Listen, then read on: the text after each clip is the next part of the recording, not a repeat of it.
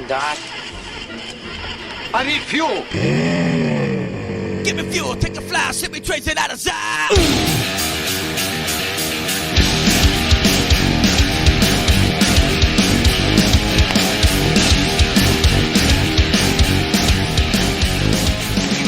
Now, here are your hosts, John Eddie Jr. and Tom Tuttle. Welcome back to Fantasy Fuel Week 14 edition. Playoffs are in full swing. Some people are winning, some people are losing. Which side are you on, Tom? It looks like I'm on the winning side this week, and I'd say looks like because I have a very sizable lead. He's got two guys left. I got one guy left. If he wins, he wins, and more power to him. I'm just going to go out and say I'm ready for next week. I am ready for next week, too. As we have mentioned before, we had 4 leagues in which we were first-round buys, so we did a whole lot of watching this week, and we had a lot of players who did a lot of good, but they didn't need to do anything for us this week in most of the leagues, so hopefully they can have some repeat performances. Some of those guys, like Ryan Tannehill, can just keep on chugging along. I know you played him, so yeah, I played him, and that's the full reason. One of the big reasons I'm gonna win. I'm just gonna say I'm gonna win this week because of Ryan Tannehill, and that's one of the guys. There's another guy we can talk about a little later, but my gosh, he's been good. I could have very well have played Josh Allen. Yes, Josh Allen. I was thinking, man, should I just play him? No. It's the Ravens. I don't want to do that. I'm sure Tannehill will get me just as much. Maybe a little more, maybe a little less. Either way, I feel safer with Tannehill. So I went with him, and wow, that was perfect. So speaking of wow, Ryan Tannehill currently leads the league in passer rating at 118.5 among qualified QBs. Now, granted, he's only played in like 6 or 7 games right now. We were hoping he was going to get in sooner, like we have said many times before, and it just seems weird. If you think about it, just this year, at the beginning of the year, we were thinking about, man, Ryan Tannehill, he couldn't do anything in Miami. Was it him? Yeah. Was it the Dolphins? And Marcus Mariota? He was like, oh, man, he just doesn't – his supporting cast isn't letting him be the quarterback that he can be. And I think we had it completely backwards. The supporting cast in Tennessee is actually pretty darn good, and Miami was a complete train wreck. So, I think the thing is that Mariota isn't good enough with the supporting cast that they had. So it looked like the supporting cast wasn't that good. Right. Now, Tannehill has somebody, and I'm going to say this because I actually think this is true. Without somebody like Derrick Henry running the ball, I don't think it looks as good because they need to stop Derrick Henry. All defenses have to think about it, and once you think about it, all of a sudden Tannehill's throwing the ball on you, and he's throwing it to A.J. Brown, and it's a touchdown. Goodness. I mean, the guy, A.J. Brown, I got to say, this starting to look really good for him. We may be playing A.J. Brown in the playoffs this week in one of the leagues we had a buy in. We have some options there, and he is looking really good. And since we're still on the topic of Ryan Tannehill, since he took over as a starter, only the Ravens have scored touchdowns at a higher rate per drive than the Titans. Which makes my trade of Jackson even better. Yes, it does. Who would have thought that was the one I was going to be playing in the playoffs? But here we go. Tannehill, thank you so much. Yes, thank you, Ryan Tannehill. Also, I don't know who out there is playing him, but if you made the playoffs and you had Jameis Winston on your team, this guy, he is still just confusing the crap out of me. Oh, I mean, 3 interceptions, didn't he? And then he still scores a really good amount of fantasy points, and they win the game. Yeah, that was the biggest what of the whole thing. And although I did pick him in my pick'em pool, I did pick Tampa Bay to upset the Colts. I did not think it would happen the way it did. I mean, Jameis Winston threw 456 yards, 4 touchdowns, 3 interceptions. He had another rushing touchdown to add on top of it. If you played him during the fantasy playoffs, I want to know who your other quarterback was and why you chose Jameis Winston.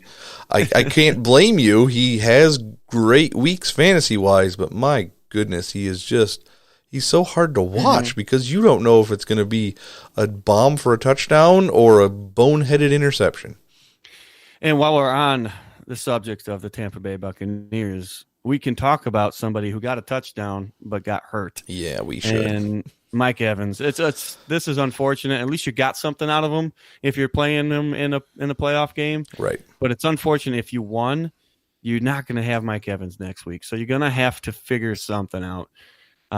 That this is not the time you want to lose one of your star wide receivers. No. As inconsistent as he's been, you're still starting him, but now you can't. Yep, And you that's can't. really unfortunate. And there's not a whole lot to pick up there. I mean, we can go through the games as we're going through this stuff, but there's not a lot left to pick up. And in Tampa Bay, do you really have somebody that you trust to take over? Because obviously you can't get Chris Godwin at this point. Yeah. And if you're talking about a wide receiver, there's not much left there. Somebody who did step up was Cameron Brate. He got a touchdown. Maybe he picks up the slack for Tampa, but can you trust Cameron Brate if you want to pick him up? O.J. Howard. Yeah. You can't really trust these guys, but maybe if you're, maybe you got a really bad situation at tight end, or if you're really, really struggling, you need a flex player. Maybe you stretch it and go with one of those guys. But man, it's tough sledding at this point. You have to have something you can trust in, and I don't trust in either one of those guys. Nope. Let's keep on the subject of quarterbacks.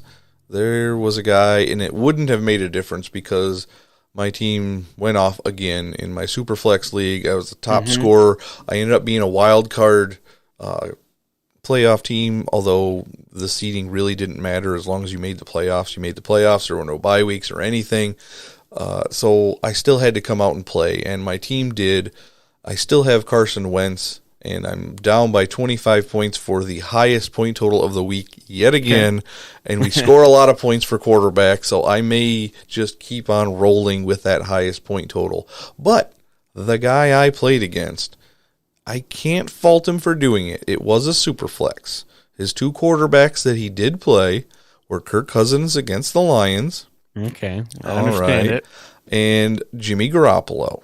Oh, wow. But he had Unreal. another quarterback on the bench. Oh, no. This quarterback, just last week, only scored 13.7 points in our flag league. This last week, he scored 54.65. I'm talking about Drew Brees against the San Francisco 49ers, a team that on defense has held 6 or 7 quarterbacks to right around 100 yards passing. So I can't fault him completely, but it's still Drew Brees. Come on. Yeah. Drew Brees, to me, and in the playoffs, boy, it's certainly hard to not play Drew Brees. Right. But, again, it's the Niners. But it's Drew Brees. You got to think they're good. That's a good team. They're going to score points. And I'll say this. The whole reason I was back in my lineup, and that's the other guy that scored a ton for me and that helped me win this week. Yes. Is because I had this feeling this was going to be a high-scoring game. I said to myself, numbers don't say it. It doesn't look this way on paper, but it just felt like I had to do this. And so high-scoring game, I put Emmanuel Sanders in there. He got me a touchdown receiving, and he got me a throwing touchdown. Yes. And I'm sitting on top of the world right now thinking I played the right guy 100%. And so sometimes you get these feelings, and I wish we could have done an ESP on it because I would have said it, and people would have said, "Are you kidding me?" But it happened, it worked, and I'm moving on. The other quarterback left in the top 5 overall point getters this week was Mitchell Trubisky. A great performance against the Dallas Cowboys. I thank the Bears for doing what they did, but who out there was playing Mitch Trubisky this last in a super flex, I get it, but anywhere else, you're thinking, wow, I just left 45 points on the bench from Mitch Trubisky. I'll play him next week, and I believe he's No. No, you're not. I Playing would him not next play week. Mitch Trubisky again. I'm telling you, if you played him, you got super lucky. Be happy with that. Go with someone else. Don't do this to yourself and think that he's going to get another good performance. If he does, so be it. Let it ride. Don't go with Trubisky. So you're gonna bench him this week, and then when you Yes. win, you're playing him in the championship game. You play what? You're gonna play him in the championship game, right? No. Why would I do that? I was just trying to trip you up. Sorry. I would have to have my other quarterback get hurt, and then I'd be like, oh crap, I got Trubisky. And then he Here leads we you go. to the promised land. No. So before we move on, you were talking about Emmanuel Sanders. He had Right. an amazing week. 35 points in the flag league, 7 for 157 and a touchdown, and of course that passing touchdown as well. There was reason to bench him. He absolutely. hadn't scored double digits in 4 weeks. Yep. So I'm sure there was a lot of people very frustrated that he just went off against the Saints, but it looks like he might be completely back now. Not only did I have a feeling, but I just said to myself, all right, it was Emmanuel Sanders or Carlos Hyde. Do I think Emmanuel Sanders has a better chance of getting more points than Carlos Hyde? I think there's a bigger ceiling there. Yes. And I said, if Carlos Hyde scores me 15 points, which I'm not even sure what he did, I didn't even look at him, but if he got me 15 points, I can bet that Emmanuel Sanders will get me somewhere close to 10, and I'm losing maybe 5 points. That's okay. I can deal with that. But with the ceiling that I needed, knowing that I was playing Joe, the Cowboys owner for that league, Yes. I had to score a lot of points to win, and that's why I put Sanders in there. And it makes sense now that it actually happened. Yes, it makes perfect sense, and it was the right play, and you're probably going to keep him in your lineup going forward, even if he, goes back to a 10 or 15 point week. You're not going to be horribly sad about that. Right, exactly. Another guy who had a couple of bad weeks in a row before popping off again, Aaron Jones. Yeah, I was Packers. watching that game. Boy, it seemed like everybody was running good on that. Even Geis, before he got hurt. My gosh, I can't believe he got hurt. I was watching the game with my parents, and I was just like, my goodness, I can't believe he got hurt again. Now, it's not a tear. It sounds like it's just a sprain. But, man, the luck for this guy. I just felt bad for him. So when I saw him walking, I was like, oh, goodness. Thank you. I just felt so bad. I really did. Like I don't normally feel bad for players because it's football and that's life. But I just feel like this guy hardly even played, and he's been so hurt, and it just stinks. And I don't know if you call him injury prone yet, but yeah, it was unfortunate when I saw it. I'm guessing he's not going to play next week. So Adrian Peterson is going to get some carries. Whether or not you play him, that's up to you. But Aaron Jones, everybody was running good on that game. I thought Adrian Peterson looked good. Aaron Jones was spectacular. Yes. Loved watching him play. It was like every time he touched the ball, he got at least 7 yards. He looked rejuvenated for at least a little while. Yeah. So he might be a plug-and-play option if one of your guys isn't playing this coming week, because we've got some issues with possibly Derrick Henry and Rashad Penny, guys like that. So maybe there's a spot if maybe he's still out there in free agency. He's been picked up and dropped again. So there's a possibility he's out there, and he is one to keep an eye on for the last couple of weeks of the fantasy season. Another guy has a very intriguing matchup this next week is a quarterback who made his starting debut, I believe it was. And wow, did they take it to the Houston Texans. I'm talking about Drew Lock. You know what? I don't know if that wasn't his. Was it his starting debut? I think it was his first start. He played in the week before. He played. I thought he played last week. But anyway, wow, that was spectacular. And the Texans just looked terrible. Yeah. And that, what's sad is he got a bunch. Watson got a bunch of garbage time points, and it was complete garbage time. So if you lost because of the garbage time, I'm sorry, that really stinks. But garbage time's part of football, and it's part of fantasy football. And sometimes you're really, really happy it happened. Hey, I wouldn't be in this game if it wasn't for garbage time with Edelman and James White last week. That's true. Yes. Garbage time is extremely helpful, and I'm not going to complain about it, even if it happens to me. Well, I'll complain, but I'll accept it. And what's funny about that is the garbage time this week was Deshaun Watson versus the Denver Broncos, and last week it was the Patriots versus the Houston Texans. So there was they got both ends of the stick in the last 2 weeks, and it was incredible to see just how one-sided that game was for the first half. I was like, what is going on? I mean, I need some points out of some guys, but there's nothing happening. And then here comes garbage time. I'm like, okay, I mean, it all counts towards the same goal in the end. Counts. And so let's stay in the AFC West.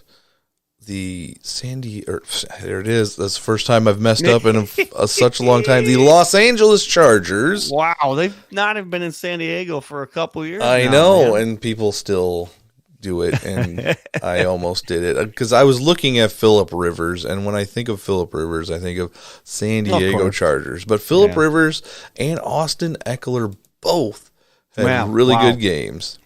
Now, when Melvin Gordon came back, I was willing to bet Eckler was going to decline, and I think he did for a little bit. But man, he's still been really solid.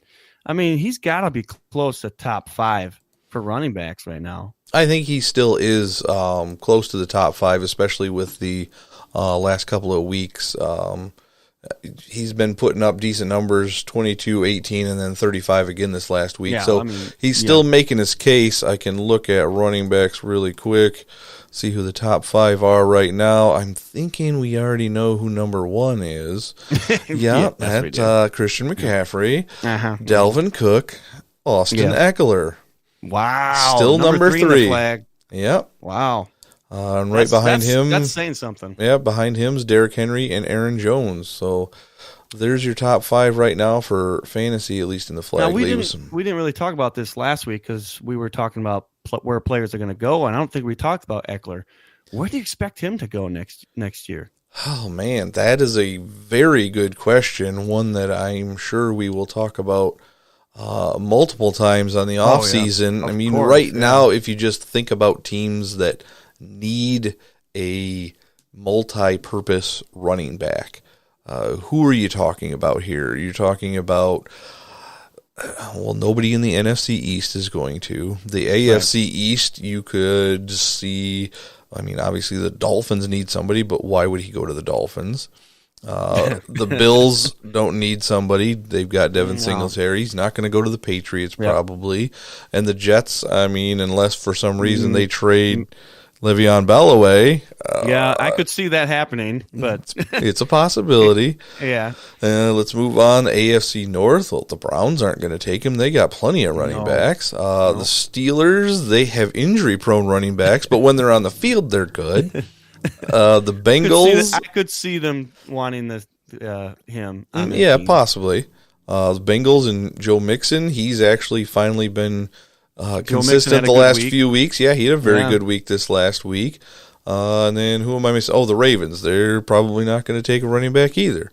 So you move on to the AFC South. Well, you've got Derrick Henry and the Titans. Obviously not going to happen there. Leonard Fournette's been great. Let's see who else we got. Marlon Mack. Yeah, I mean, maybe the Colts could use somebody. There's a chance there. I see that. And who are we missing in the AFC South? Jaguars, Colts, and the Texans. You know, that's not a bad spot. That's not a bad spot. That's really not a bad spot. I would love to see Austin Eckler and the Texans. We need to make this prediction right now. Well, let's quickly go through the rest of them. See if one more makes sense. AFC West, I would love to see him on the Chiefs. But boy, that would make plenty of sense too. But man, the way that McCoy and I can't remember the other guy's name, but it's been so underwhelming with them. Like they really have weeks, and then they just bleh. So I don't know if I would actually like it as much as. I don't know. Do you think he could do a Kareem Hunt type of role? I think he would be possible. Perfect for that offense, because they're not looking to have a run it up the middle, smash mouth kind of running back. So if they had a complement, like not even a full Melvin Gordon type running back, and he could just be that complement who can run and catch the ball. So it's not like, oh, he's on the field, they're passing. No, it's not necessarily going to be that way. So who are the other teams? Let's see. The Raiders, obviously with Josh Jacobs, they're probably not going to care. The Broncos with Lindsey and Freeman, they seem to be content with those guys, but we have no idea where that team is going. And I don't think he'll be back with the Chargers. But I don't know if Melvin Gordon's going to be back with the Chargers. So I think it all that's going to be hard to predict, but man, it's I'm just going to say this. One of them will not be back with the Chargers. I'm going to predict that right now. I would not be surprised if either one of them. That's neither possible. one of them, because that Chargers organization has, at least on the AFC side, that's been the organization people look at for dysfunction. They weren't able to make it all the way, and they haven't been able to keep their players happy. They haven't been able to keep their fans happy. So I think it's time for the Chargers to just flat out say, we're going to rebuild. You're not winning. Yeah. Unfortunately, you're not losing by a lot, but you're still not winning. Right. And you have to win. And there's no reason to keep going out there, lose by 3 or 4 or 5 or even a touchdown or 2 touchdowns. There's no reason to go out there and be competitive. Just do what the Dolphins, what they were trying to do, and then all of a sudden Fitzpatrick came in there. Yeah. All right. Just do that because you need to. Let's quickly go through the rest of the NFC. NFC East, no. NFC North, no. The only team there with running back issues is the Lions, really. And I don't think they would really do that. They're probably still counting on Carry-On. I don't want to do that. No, I don't either. I just lost interest in him altogether. Then we have the Falcons, who still have Devonta Freeman under a contract. The Saints, obviously, no. The Buccaneers would be a good spot for a running back, but who's going to the Buccaneers right now? Unless they're just paying him the most money, because we don't even know if Winston's going to be back there. Man, there's a lot of question marks going forward, but they need something. It can't be Ronald Jones and Peyton Barber. It can't be them. To me, they got to have somebody else. But they've been halfway decent together. But you need somebody to take the main role. And of course, it's not going to be the Panthers. So we'll move. There's one division left. Rams, no, probably not. 49ers, and they've got 4 running backs already that they don't know what to do with. Why not 5? The Seahawks, probably not going to do it. And the Cardinals, well, who knows what's going on with the Cardinals. That's an interesting one, too. But then if you're going to do that, you got to say, where's Kenyon Drake going to go? What's going to happen with Johnson? True. Boy, there's a lot of question marks going He forward. would fit that style of offense, Of course though. he would. Yes, he would. So, in my opinion, the 3 teams most likely would be the Cardinals, the Chiefs, and the Texans. Out of those 3. I'm making a prediction. Okay. Texans. They need it. They need it the most. They would probably pursue him the most, I'm thinking. Yeah. I would love to see him on the Chiefs next year. Oh, it would be great. It would be amazing to watch it if he could be the style of Hunt that we saw 2 years ago. Right. It would be amazing. That team could be ridiculous. They're already good. They just beat the Patriots. Thank you. But there was some bad things that happened in that game. That was the best thing that could have happened for the Bills. Now they can still go in and beat the Patriots, and they would have their fate is in their hands. No, it's not. It's not, even if they beat the Patriots? It wasn't from the start of the week either. They both lost. They needed to have the Patriots lose, and they needed to beat the Ravens, which they didn't do. Oh, that's right, right. At least for the division, it would be in their hands, I would believe, right? As long as they beat the Patriots in the AFC East, they would be in control of the destiny for a division winner, right? No. Still no? The Bills are not in control of their destiny for the division. Not even as far as the playoffs go, they are. Right. Absolutely. But the Patriots, if they win out, they will get the division. Right. They won't What if the make Bills beat the Patriots? That's what I'm saying. Wouldn't they still? It won't matter because they don't have the tiebreaker. I've already looked it up. Trust me. Okay, that's fine. That's fine. All right, let's talk about a couple other guys. Of course, we got to talk about Michael Thomas. He's still on an incredible pace, and he was a part of that shootout. 11 for 134 and a touchdown on 15 targets. This guy's got 147 targets and 121 catches already on the year. No, amazing. I mean, obviously, don't start him next week. You don't want to do that. No, not next week. Of course not. I believe we've got him in a couple of leagues, so of course he's going to be in the lineup. Of course. Another guy never did it. Just had a mediocre game again. Christian McCaffrey. I mean, he only scored 27 points this week, and all that without a touchdout because he had 11 catches. When he scores 25, 27 points, it's almost like, oh man, I didn't get enough out of him, but you did. You did. He's scoring more than almost everybody else still. So yes, he is a guy that has had 3 good weeks in a row, and I'm kicking myself because I didn't pick him up. He was on waivers. I thought about it, but it seems like anytime I try to play a 49ers running back, I play the wrong one. This week, I was thinking about Raheem Mostert, and this guy just lit it up. I mean, in that high-scoring game, he only had like 12 touches, but he had 109 yards and 2 touchdowns. So what are you going to do? I mean, it's hard to you have to just not read into the touches. The same with Eckler. I mean, Eckler probably didn't have very many touches either. No, he didn't. But he's still scoring a lot of fantasy points. So sometimes you just can't look at the touches and say, well, he doesn't have enough opportunity. But when they have the opportunity, they are successful. So it's difficult as a fantasy owner. You have to look at, okay, they're scoring points. Right. It doesn't matter about the touches. And somebody who's been scoring good points the last 3 weeks in a row, and just in time for your playoff run, Robbie Anderson. Yeah, thank you. And we were talking about this before we aired the show, before this episode started. But you traded for Jamison Crowder because he was, very solid.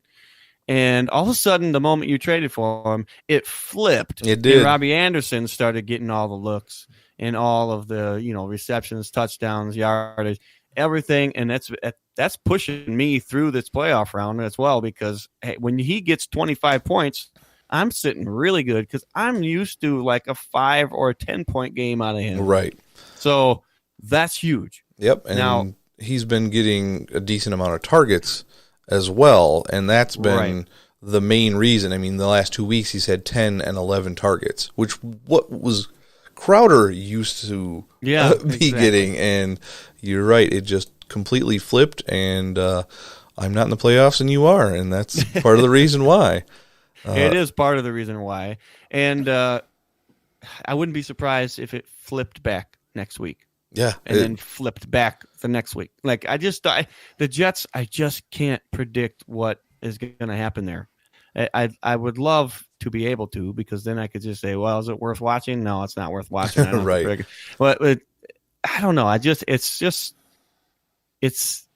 say this. Robbie Anderson coming up to the end of the year, there's a possibility he just said, I need to perform so I get more money. It's possible. Hey, once you start throwing me the ball, I'm going to run some better routes. I'm going to start trying a little more. I'll make it look good. And so he definitely made it look good. Something like that. Yeah, well, no doubt. And I like it because I like to see that type of talent on my team.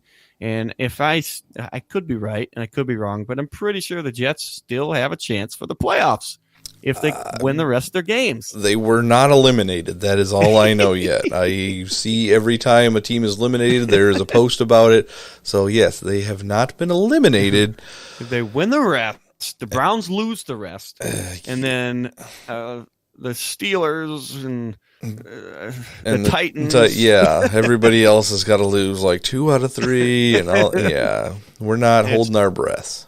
It's going to happen. So let's talk about one more player before we get done for this episode. Right. Another player that has been up and down, but has all of a sudden been consistent as ever. Will he keep it up next year? Allen Robinson. Boy, you know what? This is one of the, I'm not going to say surprises of the year for me, because I knew it was possible, but I was not expecting wow, I just got done talking about Robbie Anderson. Allen Robinson. It's so close. They're like Robbie Anderson, Allen come on. Stop it. Anyway, I wasn't expecting him to be this good. He's been extremely consistent. It's pretty much the only guy Trubisky's going to, and at a consistent rate. And I just absolutely love it. And I have to pretty much say that if it's the scenario's the same next year, I'll be very fine going with Robinson next year. I don't know where exactly, but it would probably be a decent value because most people are probably going to forget about him again. Yeah, I mean, it's not like he's having a superstar year. Yep. But he's got 76 catches for 898 yards and 7 touchdowns with 3 games left to go. And all 3 games could be high-scoring games, or the Bears could be coming from behind versus the Packers, the Chiefs, and the Vikings. So there's a very, very good chance that he puts up multiple 100-yard games to end the year, which would give him 11-ish 100. We'll just say we'll give him 200 yards total for the 3 games. That'll give him almost 1,100 yards, maybe a couple touchdowns. It'll be under double digits if he doesn't get one in each of the next 3 games. So his stats aren't going to look super impressive. So he is a guy that will slip again to like the 4th and 5th round. Right. But he was super consistent for most of the year. And I mean, if I'm looking, and he's got 3 games under double digits.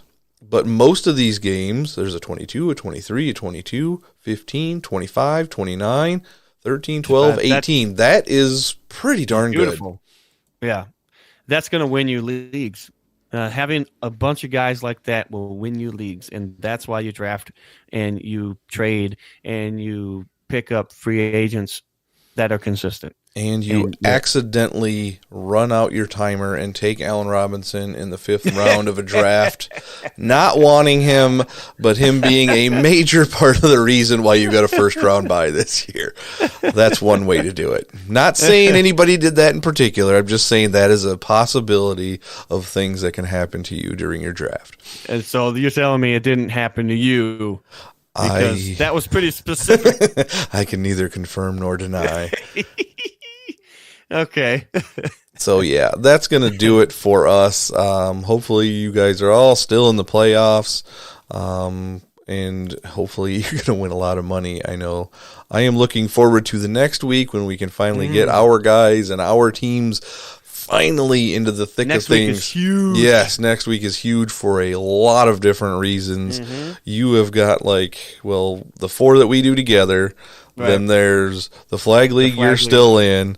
And then I have my work league, and I believe I've got one more other than that I am not in with you.